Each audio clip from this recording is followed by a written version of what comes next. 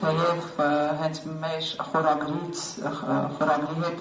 անվագերեն է առնչվում, պարոն Բոզյանը շատ ճիշտ հարց բարձրացրեց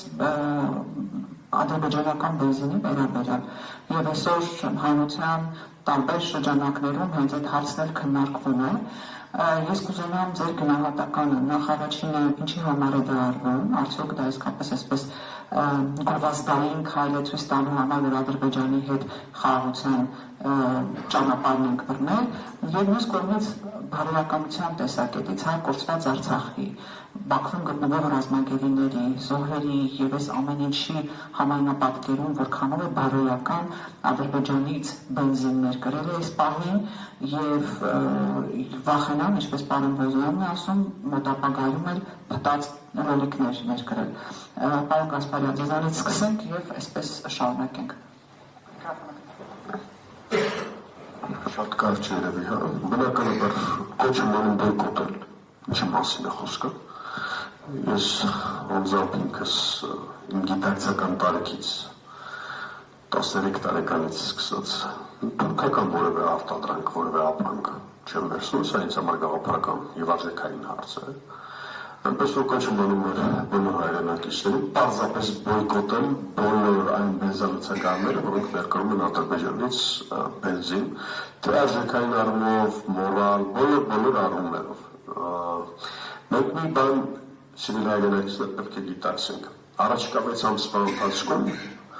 Հայաստանի կոլաբորացիոնիստական իշխանությունը, թշնամու հետ անմիջականորեն համագործակցող իշխանություն, թշնամու քաղաքական օրակարգը սպասարկող իշխանությունը Հայաստանում գնալու է բազմաթիվ այսպես կոչված բաց թափանցիկ դեմոկրատական քայլերի ցուցադրական։ Ըստ էության զրո ոչինչ չկա այդտեղ, տակը որի մասին մենք խոսենք, բռնվելու տեղ չկա, այսպես ասեմ։ Բայց մենք փորձել ենք բնականաբար Եվանի կամրջի հետ կապված կա կոնսենսուս եւ հայ-թուրքական սահմանը բացելու վերաբերյալ ինչ-որ բարեդրացիական ժեստ կամ դրսևորում այդպես լինելու է, եթե մենք մեր պատմությունը փորձենք վերանայել, իսկ ուժեղեն ազգեր, որոնք դասը քաում են այդ ուղանդերցելի սեփական սխալներից պատմությունից, ամբողջովին վերջին 50 տարվա ընթացքում բարձր դռնից սկսած ուսման կայսությունից մինչև երեք Թուրքեր, մինչև ազգայնական Թուրքիա, մինչև քեմալական շարժում, նույն ժեստերն են արել մեծ հաշվով։ Մենք եթե կարգին մի փոքր մեծ բացենք, պարզապես չեմ ուզում քննարկման ուղղությունը շարել, այնինչ տեղի ունենում է Մերձավոր Արևելքում, այնինչ Թուրքիան անում է Իրաքի, Սիրիայի, Լիբանանի հետ։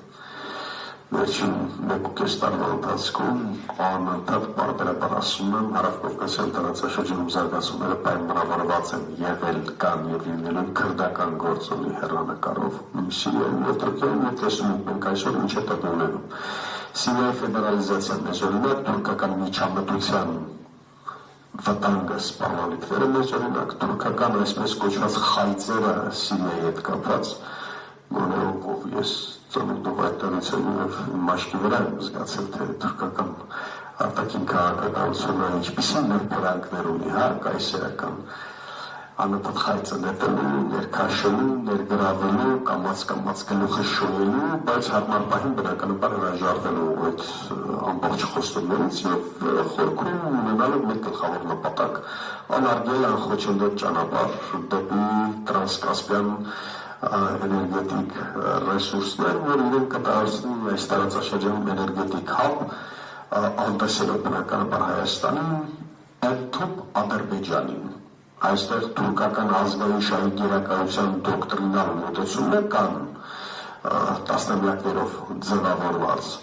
Ճիշտ է, իրենք ռազմավարական խորության են դիտարկում Հարավային Կովկասի եւ Բալկանները, բայց այլևս թուրքական ազգային գերակայ շահը, եթե հարկ համար ինքը կզոհաբերի ոչ միայն տասատ Հայաստան, այլ տասատ Ադրբեջանն։ Առավել ևս որ այսպես կոչված նեոթուրանականության գաղափարաբանական հիմքերում եւ ինստիտուցիոնալ առումով կան լրջագույն հակասություններ ու Ադրբեջանի ներքին էլիտաներում, Ղազախստանի ներքին էլիտաներում, դա չեմ խոսում միջինասիական մյուս պետությունների մասին, այդ դերակատարման լիդերությունը վերցնելու առումով։ Կարճ պարզապես ամփոփել, մենք այո ականատեսենք լինելու ոչ միայն անմիջապես թուրքական եւ ադրբեջանական կողմերից բարիտրացիական քայլերի ժեստերին դուք մի բացառեք նաև, որ կկրկնի 2021 թվականի փետրվար-մարտ ամիսներին Թուրքիայից եւ Ադրբեջանից եկած այն հստակ ակնարկներ, եթե չասեմ մեսիջները, որ Հայաստանում պաշտոնական իշխանության փոփոխության ցանկացած տարբերակ կարող է արժանանալ պաշտոնական Անկարայի կոշտ հակազդեցությանը, ընդհանուր անվտանգային նկատառումներով, ընդհանուր միջամտությունը։ Օրինակներ տասնյակներով կարող եմ ասել, Լիբանանի Տրիպոլիից մինչև մեր աչքի տակ է ախր, մենք չպետք է մեզ թվավ, որ Հարավային Կովկաս կամ Հայաստանն ու Ադրբեջանը աշխարհի կենտրոնում են, աշխարհը մեր շուրջ է փոփոխվում, այնպիսի երկրներ են վարի տվել,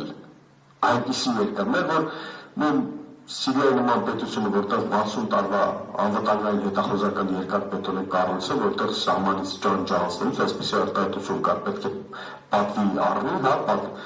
ինչ արեցին ընդամենը մի քանի տարվա ընթացքում, այդ ցանցերը ամբողջությամբ վարի տվեցին, ամբողջ ցանցերը, հիմա Հայաստանի նման այս իշխանության լեզվամտածողությամբ ասեմ, միջազգային հարաբերությունների կախվածության տեսության առումով, պերիֆերիան, ծայրամասը Թուրքիայի համար ինչ է կամ Ադրբեջանի համար, որ իրենք միայն փտած պոմիդորով, միայն դրանով ցանկացած տարբերակ հնարավոր է, որովհետև կոպետության դիրքերը թույլ են, իրենք էլ օգտվում են միջազգային հարաբերությունների անարխիկ բնույթից, ստրուկտուրալ առումով որևէ կախվածություն չկա, Հայաստանը որևէ ինքնություն չունի, որն է Հայաստանի ինքնությունը ցույց տվեք։ 6-րդ սորտի ցորեն կամ չգիտեմ ադրբեջանական բենզին ներկրելով գալու են այդ հիբրիդային շրջանակում տնտեսական էքսպանսիայով բարձրապես զուտ կարմիր պամիդորի օրինակը հնչեց ընդամենը 4 տվյալ ասեմ մեր վերջին հետազոտությունները ցույց են տալիս որ ձմռանը 1 կիլոգրամի 1 կիլոգրամ լոլիկի ջերմոցային պայմաններում հաճեցրած